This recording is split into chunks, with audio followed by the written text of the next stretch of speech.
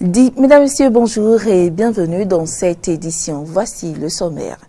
10e session de la réunion tournante des experts et des ministres du programme de développement de l'autoroute du corridor Abidjan-Lagos. La rencontre s'est tenue vendredi dernier à Cotonou. À suivre également dans ce journal des explications du recteur de l'université d'Abomey-Calavi au sujet de la décision de la Cour constitutionnelle relative à la maîtrise de l'anglais avant toute inscription en master et en doctorat. Et puis, sommet historique entre Donald Trump et le président nord-coréen. C'est demain mardi, une rencontre qui doit traiter de la dénucléarisation de la Corée du Nord.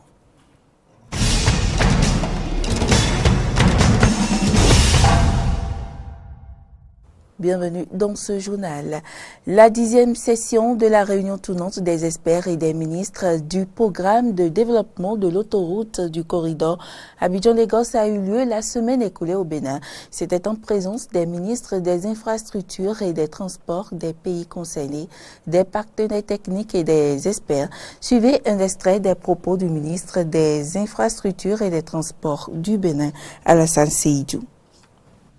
Le projet de réalisation de l'autoroute du corridor Abidjan-Lagos est un projet intégrateur inédit qui est en train de faire son chemin grâce à la synergie de vision des chefs d'État, aux efforts des ministres et des experts des 5 pays membres du corridor.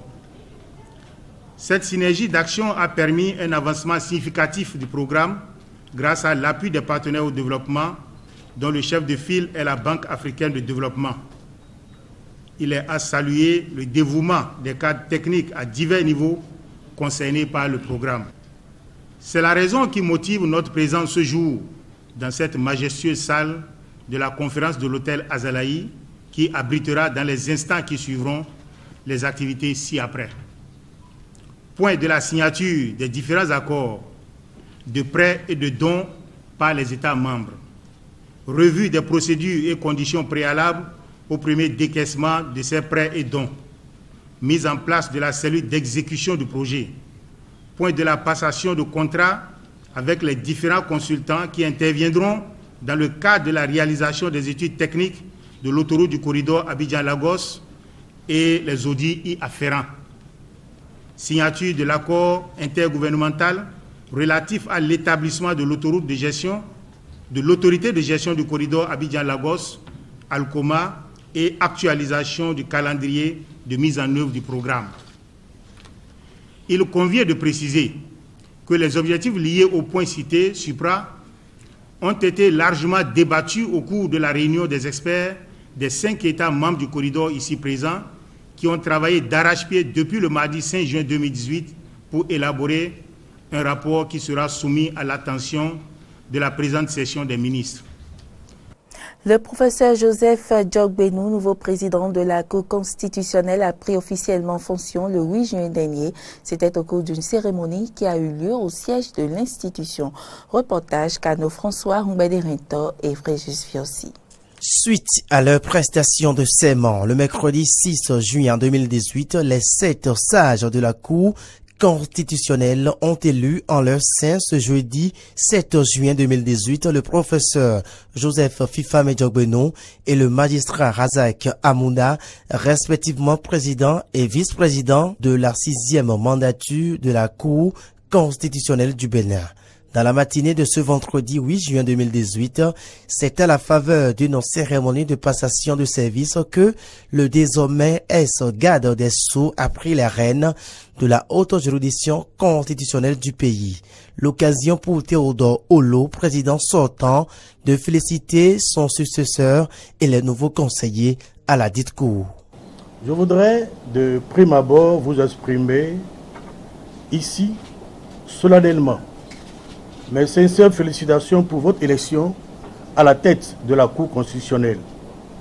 Je voudrais aussi étendre ces félicitations aux nouveaux conseillers à la Cour constitutionnelle, en portant leur choix sur vos personnes.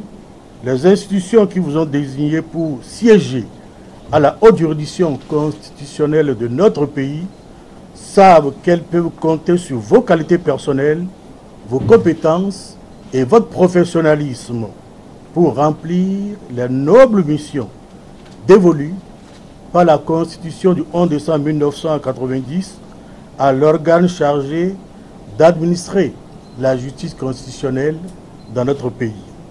En tout cas, moi je ne doute pas un seul instant que vous disposez de solides atouts nécessaires pour remplir la mission qui vous est confiée.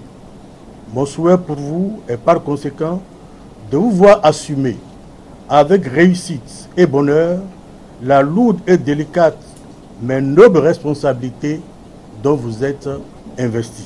C'est le tour à présent du professeur Joseph Diogbeno de prononcer ses premiers mots en qualité de président de la Cour constitutionnelle. La solennité de la présente cérémonie ne réside pas seulement dans le lustre de la tradition républicaine, ni le rythme des changements attendus à la tête des institutions. Elle tient, à mon sens, surtout dans la conclusion constatée d'une décennie de production jurisprudentielle et l'ouverture consacrée de perspectives nouvelles en vue du renforcement de l'État par le droit. Il est vrai que la Constitution n'est pas un gadget destiné à la satisfaction intellectuelle de quelques-uns. Elle est la gardienne du trésor, trésor de liberté, trésor des droits individuels de chacun, dont la gestion est confiée au plus fort à la Cour constitutionnelle. Le train de la 6e mandature de la Cour constitutionnelle est donc mis sur les rails. Il reste qu'à souhaiter que la sagesse guide l'esprit des membres de la Cour pour qu'enfin les populations bénéficient du professionnalisme de la Cour Joseph Diogbeno. Que ce symbole du commandement soit votre guide pendant les moments heureux que vous passerez à la Cour. Maintenant, vous êtes président de la Cour. Et à 49 ans, Joseph Fifame Diogbeno devient le plus jeune président de cette haute juridiction depuis l'avènement du renouveau démocratique au Bénin. Suivez cet élément qui retrace le parcours professionnel et politique de l'homme. Né le 20 mars 1969 à Abomey, Joseph Diogbeno a effectué tout son cursus scolaire et universitaire au Bénin. Après sa maîtrise en droit, option droit des affaires et carrière judiciaire, obtenue à la faculté de droit à l'université d'Abomey-Calavi en 1996, il décroche son certificat d'aptitude à la profession d'avocat en 1997 comme major de sa promotion. Titulaire d'une thèse de doctorat d'État en droit en 2007 à la faculté de droit et des sciences politiques de l'université d'Abomey-Calavi, il obtient en 2009 une agrégation de droit privé et de sciences criminelles. Avocat inscrit au barreau du Bénin, Joseph Diogbeno a assumé de hautes fonctions à l'université d'Abomey-Calavi. D'abord directeur du master droit et institution judiciaire à l'école doctorale de la faculté de droit et de sciences politiques en 2012, puis directeur du master stratégie ingénierie juridique des entreprises à l'université de Parakou en 2014. Il devient cette même année chef du département de droit privé de la faculté de droit et de sciences politiques de l'université d'Abomey-Calavi. Au plan politique, Joseph Diogbeno a occupé de hautes fonctions, député à l'Assemblée nationale du Bénin, président de la commission des lois, de l'administration et des droits de l'homme de l'Assemblée nationale du Bénin. Il devient en 2016 garde des Sceaux, ministre de la Justice et de la Législation, poste qu'il occupa jusqu'à sa désignation par l'Assemblée nationale pour siéger à la Cour constitutionnelle. Après sa prestation de serment, le mercredi 6 juin 2018, il a été désigné par ses pairs président de la Cour constitutionnelle de la 6e mandature. À 49 ans, Joseph Diogbeno devient donc le plus jeune président de la Cour constitutionnelle depuis le renouveau démocratique.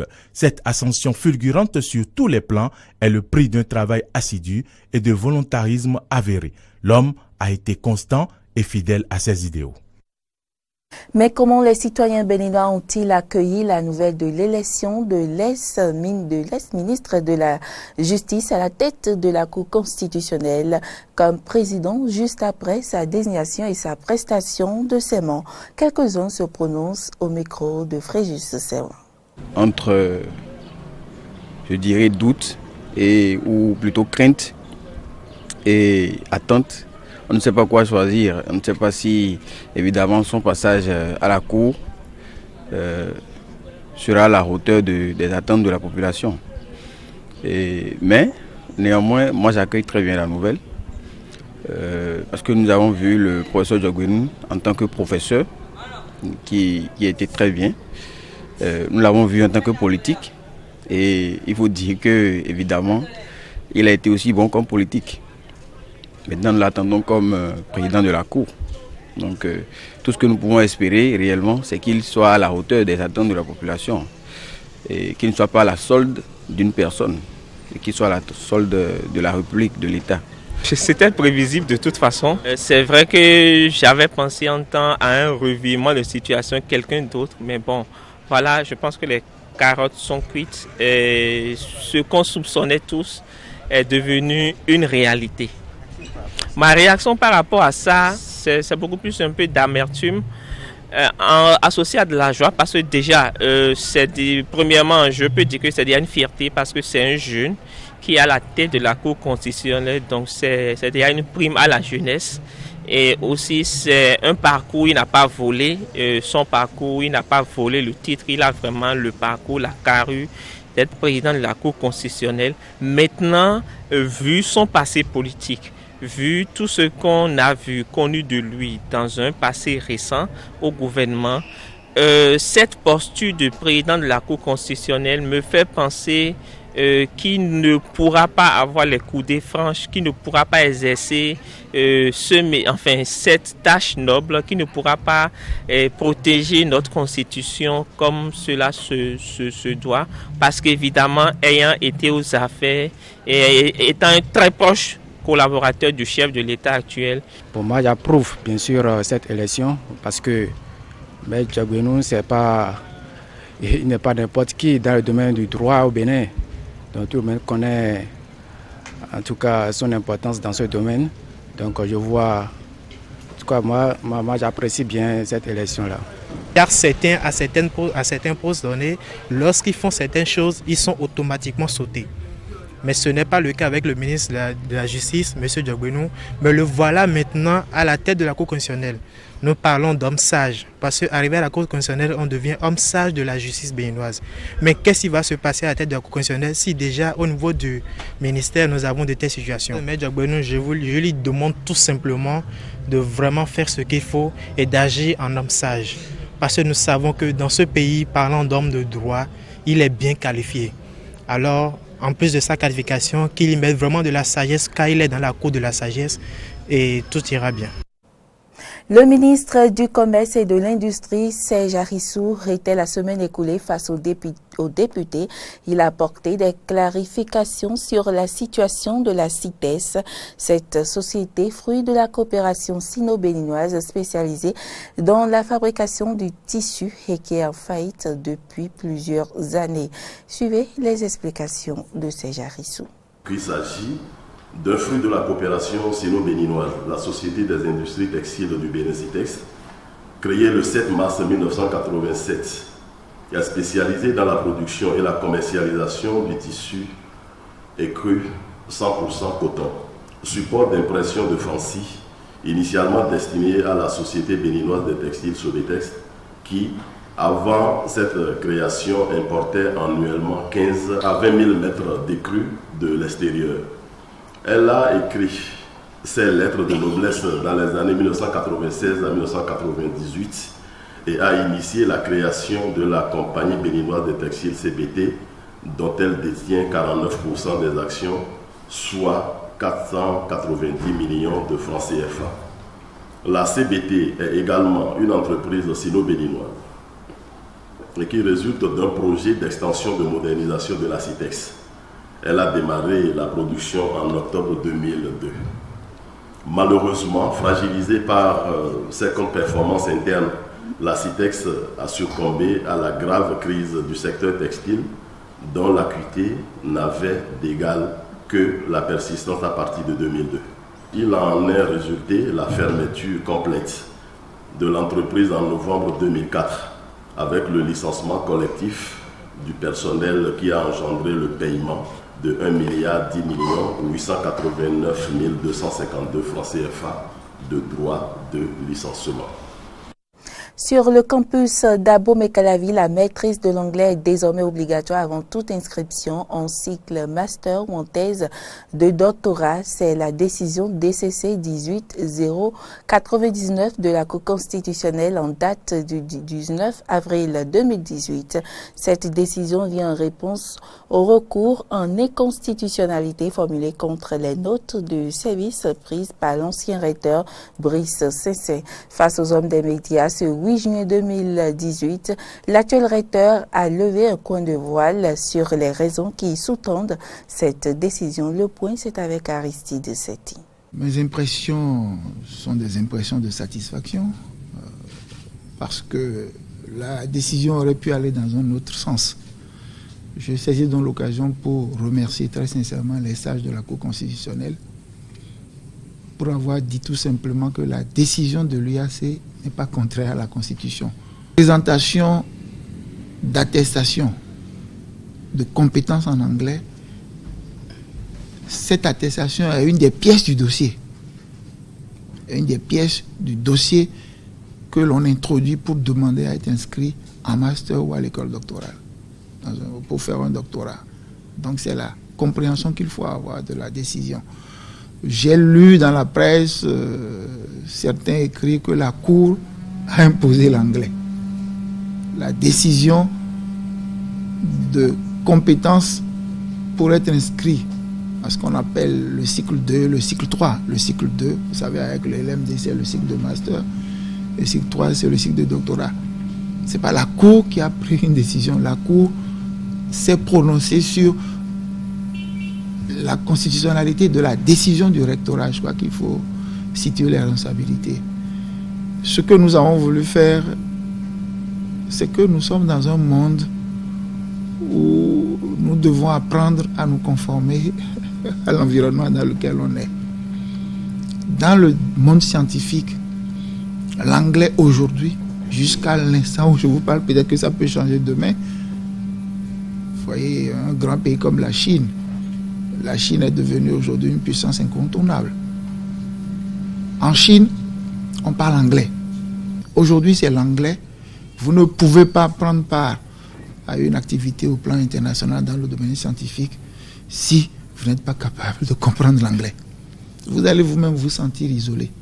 Même en France, il y a des conférences qui s'organisent et où la langue de travail, c'est l'anglais. Quand Chirac va aux États-Unis, il parle anglais. Et pourtant, il est le président de la France. Dans notre système éducatif, on commence le français officiel, l'anglais officiellement en 6e. Donc celui qui est au collège, il fait 7 ans de formation anglaise. Il suit des cours d'anglais pendant 7 ans. Et comment se fait-il que lorsqu'il arrive à l'université, tout ce qu'il a développé comme compétence ne lui permettent pas de s'exprimer correctement en anglais? Ça nous interpelle. La plus grande documentation pour des formations universitaires, elle est en anglais. Si vous voulez accéder aux connaissances scientifiques, vous avez l'obligation de savoir lire au moins l'anglais, à défaut de parler avec fluidité la langue. Si vous ne pouvez pas avoir accès à la documentation, vous avez beaucoup de lacunes.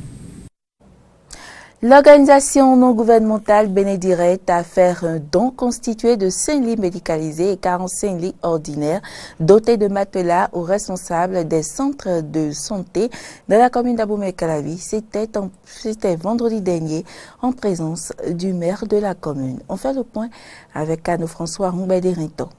5 lits médicalisés, 45 lits ordinaires, tous dotés de matelas. C'est le don que l'ONG Bénin Direct d'origine allemande, en collaboration avec la mairie d'Abomey-Calavi, a offert au centre de santé de la commune d'Abomey-Calavi. C'est dans l'après-midi de ce vendredi 8 juin, sous les auspices de Georges Bada, maire de la dite commune, que ce pactage a été remis à Madame Virginie Atadaou, médecin-chef de Calavi, et ce devant les représentants de tous les centres de santé d'Abomey-Calavi. Un geste qui est apprécié. Donner de joie pour les agents de santé de la commune d'Abomey-Calavi que nous sommes.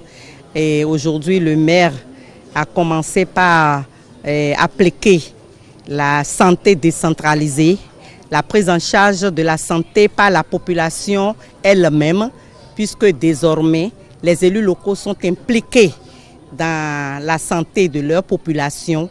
Et c'est dans cette droiture-là qu'il est venu nous remettre une première phase de don et fait essentiellement de lits. Comme il a dit tout à l'heure, 5 lits médicalisés, 45 lits ordinaires que nous allons dispatcher dans les différents centres de santé. Si les centres de santé n'ont pas besoin des lits médicalisés, nous allons voir comment faire un clin d'œil à l'hôpital de zone. Pourquoi pas, c'est le maire de toute la commune. Et voilà ce que nous allons faire. Je dis seulement que tous les centres de Abomey-Calavi aujourd'hui recevront au moins un lit par centre, tout au moins. Quant au maire Georges Badar, cette action intervient suite aux différentes demandes exprimées par les acteurs de la santé. Cette intervention, parce que nous avons reçu beaucoup de demandes et c'est clair que sous la casquette d'abord de maire que j'essaie d'enlever par un geste, les besoins sont énormes, nous en sommes extrêmement conscients, mais avec la casquette d'ONG, nous avons des partenaires qui ont accepté de nous accompagner et en nous offrant des lits, des matelas et pour satisfaire nos centres de santé. Le maire et son conseil communal n'entendent pas s'arrêter en si bon chemin. Nous reviendrons et en tant qu'ONG, les bras bien chargés parce que les besoins au niveau de la commune sont très très importants.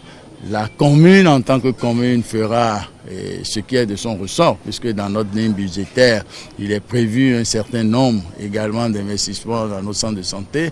Et ma foi, la médecin-chef en a parlé, les aides-soignantes qui manquent,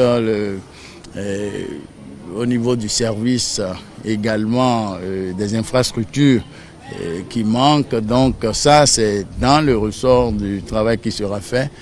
Des actions qui entrent dans l'application de la santé décentralisée que nous souhaitons observer dans d'autres communes du Bénin pour soulager les peines des acteurs de la santé et surtout celles des populations.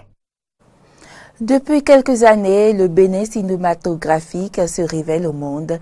Clap Ivoire, Festilag, Fespaco, Lussor, les films béninois ont infiltré plusieurs de ces festivals en remportant plusieurs prix prestigieux. Un tableau réluisant, pas totalement, si le cinéma béninois ne se réveille pourrait très tôt disparaître sans une industrie cinématographique. Le cinéma béninois, un secteur sans industrie. C'est un reportage de Fréjus Sewlan et Denis Maroya. C'est un peu compliqué. Ça m'a permis de voir que être actrice, c'est bon et c'est du boulot. La toute première fois que je joue un rôle du genre, c'était une très belle expérience pour moi. L'éclosion des films béninois depuis quelques années révèle des talents cachés. Acteurs, ingénieurs, réalisateurs, ils raflent des prix à l'international. Fespaco, Clap Ivoire, Lussor et bien d'autres festivals sont pénétrés par le génie béninois. Non, c'est une blague. Qu'est-ce que tu racontes? Une blague? Démissionner, Noam. Tu sais très bien comment ça a été difficile pour moi d'avoir ce boulot. Très difficile. Et tu en as souffert aussi. Comment tu peux me demander de démissionner? Malgré la production de films, le cinéma béninois serait inexistant. Nous n'avons pas un cinéma qui existe. Un cinéma béninois, ça veut dire des films qui sortent de façon régulière chaque année, avec un objectif précis, et qui sont positionnés sur des marchés qui existent et qui permet de rentabiliser et de faire retourner la machine. C'est ça ce qu'on appelle un cinéma, ça n'existe pas. Plusieurs facteurs concourent à cet état de choses. Au premier peloton, le faible engagement de l'État. En France, plus qu'ailleurs, c'est l'État qui finance le cinéma. Si vous voyez un film, vous avez toujours la participation du Centre national de cinématographie. Si vous ne voyez pas France 2, vous allez voir telle chose, vous allez voir des entreprises qui financent le film. C'est comme ça. Il y a de grandes entreprises qui reçoivent elles-mêmes des subventions de l'État, qui financent les films, qui ont intérêt, parce que l'État leur fait des exonérations, et elles ont donc intérêt à financer le cinéma. Ici, ça n'existe pas. La mauvaise gestion de la petite contribution de l'État est aussi indexée. Même si ce n'est pas encore suffisant, nous avons au moins un petit fonds qui est mis à disposition pour la production cinématographique. Mais à ce niveau, malheureusement, je ne le dis pas pour donner des leçons, c'est du gâchis, c'est mal exploité. Et bien sûr, là quand on parle du cinéma, on parle du cinéma exportable. On ne parle pas de ce qu'on fait dans les rues, sans aucune norme, sans aucun code. Voilà, c'est de ça que nous parlons. L'État fait des choses qui ne sont même pas exportables dans les festivals. Il y a des fonds dans les ministères où on fait des téléfilms qui passent qu'à la télé. Une fois que c'est diffusé à la télé, ça ne sert à rien, ça ne va nulle part. Ça, c'est pas du cinéma. Mais un travail de fond doit être aussi opéré au niveau des structures de financement privées. Parce que les banquiers ne comprennent pas l'activité. On ne peut pas prendre un prêt, produit une série ou un long métrage, je dirais une série plutôt, sans avoir ce que nous appelons la période de décalage.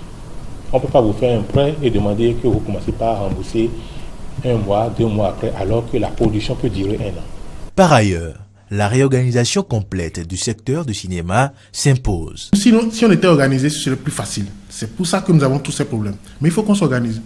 J'ai déjà essayé de motiver certains types de rassemblements. Les rassemblements qui se font dans les grands pays de cinéma sont des rassemblements corporatistes. C'est-à-dire que un cadreur, c'est un cadreur. Un réalisateur, c'est un réalisateur. Un scénariste, c'est un scénariste. Je ne crois pas que quelqu'un puisse se faire passer pour le monteur, le cadreur, le script, le scénariste, le réalisateur et l'acteur. Ça ne marchera jamais. Distribuer un film, distribuer un programme de télévision, c'est un métier.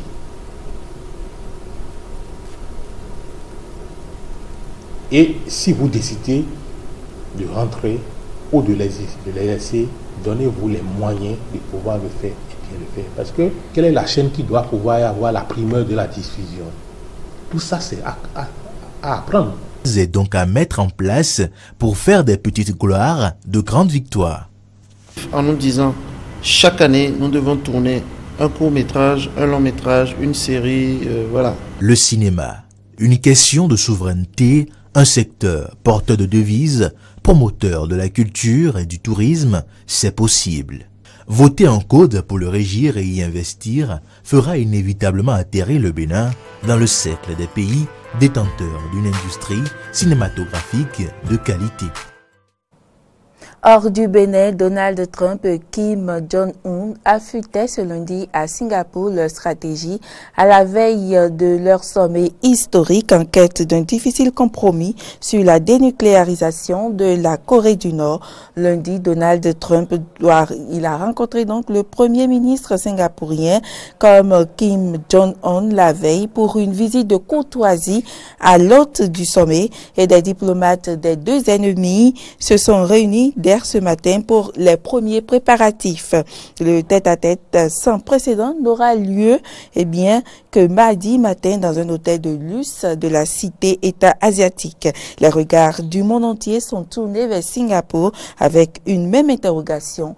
Le président américain, 71 ans, qui a accepté à la surprise générale de rencontrer l'héritier de la dynastie des Kim de plus de 30 ans, son cadet, réussira-t-il là où tous ses prédécesseurs ont échoué? Mesdames, Messieurs, ce sera tout pour cette édition. Merci pour l'attention et à demain.